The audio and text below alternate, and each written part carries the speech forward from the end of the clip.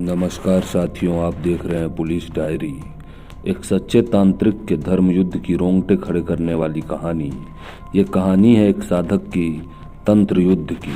तांत्रिक हमेशा असत साधना ही नहीं करते दोस्तों। हर तांत्रिक शक्तियों का दुरुपयोग नहीं करता। इच्छाधारी सर्प की मुक्ति के लिए तंत्र युद्ध की एक रोंगटे खड़े करने वाली सत्य कथा है ये। एक सच्चे तांत्रिक ने कई सौ वर्ष की उम्र वाले बड़े तांत्रिक से लड़ा था एक तंत्र युद्ध दोस्तों। तो आइए जानते हैं इस कहानी के बारे में। तांत्रिक सुनकर लोगों के मन में एक भय आ जाता है।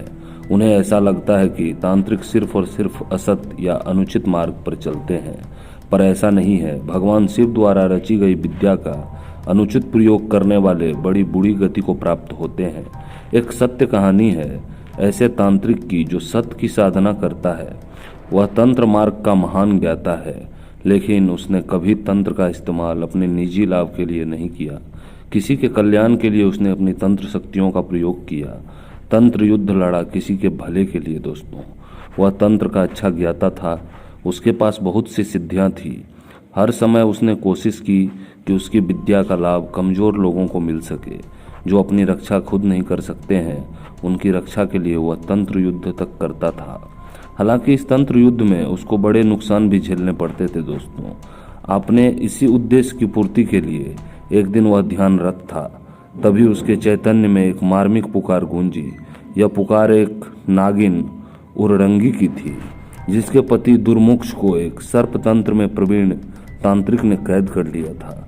उस प्रबल तांत्रिक का नाम था सोनीला, जिसकी उम्र कई सौ वर्षों की थी दोस्तों। सोनीला तांत्रिक उच्च इच्छाधारी नाग की बलि देकर एक महत्वपूर्ण सिद्धि प्राप्त करना चाहता था। लेकिन हमारी कहानी के नायक अघोड़ ने भी संकल्प कर लिया था, नाग दुर्मुक्ष को छुड़ाना ही है। इसके लिए अघोड़ ने तांत्रिक सोनीला को चुनौती दे दी। दोनों में भीषण द्वंद्व हुआ, जिसके बारे में हम आपको विस्तार से आगे बताएंगे दोस्तों। आइए कथा में प्रवेश करते हैं और आगे की कहानी जानते हैं। कहानी के नायक अघोड़ और सोनीला तांत्रिक की जुबानी। अघोड़ लगातार सोनीला तांत्रिक से अनुनय विनय कर रहा था। बाबा सोनीला, मुक्त कर दो इनको, मैं हाथ जोड़ता हूँ, आपका दास बन जाऊंगा हमेशा के लिए।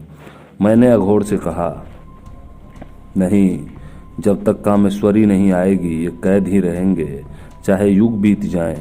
अडिग होकर उन्होंने कहा, बाबा तुम अडिग तो मैं भी अडिग। लगा दी मैंने भी प्राण की बाजी।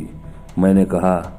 तांत्रिक सोनीला हंसा, अरे बालक, हा हा हा हा हा, तू क्यों अपने प्राण दांव पर लगाता है? छोड़ दो बाबा, मैंने हाथ जोड़कर कहा। जा, तुझे छोड़ दिया। बाबा ने छोड़ दिया। वो बोला, मुझे नहीं बाबा, इनको छोड़ दो। मैंने कहा। असंभव, सोनीला ने कहा, मैं छीन लूंगा इनको आपसे। मैंने कह दिया बाबा से। तेरी इतनी हिम्मत, सोनीला जोर से गुस्सा होते हुए आगे कहने लगता है। आग बबूला होकर उन्होंने कहा और दुर्मुक्ष को फिर से बांध दिया। अब द्वंद्व शुरू हो चुका था दोस्तों। अब सोनीला बाबा ने सर्पदंड उठाया और किसी का आवाहन किया, और तभी वहां धामड़ी प्रकट हो गई। यह अत्यंत शक्तिशाली डाकिनी है, मानव का कलेजा खा जाती है। अब मैं भी तैयार हुआ। अपने त्रिशूल को उखाड़ा और भद्रलोचनी शक्ति का जाप कर डाला। त्रिशूल में जैसे विद्युतीय आवेश दौड़ गया दोस्तों। जैसे ही डाकनी क्रंदन करते हुए मेरे समक्ष आई, मैंने त्रिशूल से वार किया। आवाज हुई झन। डाकनी त्रिशूल को छूकर तत्काल लोप हो गई। अब बाबा सोनीला का क्रोध और भड़क गया दोस्तों। आशीर्वाद दे बाबा, मैंने व्यंग बाण छोड़ दिया। मेरी क्षमता जानता नहीं तू, तांत्रिक सोनीला ने चेतावनी देते हुए कहा।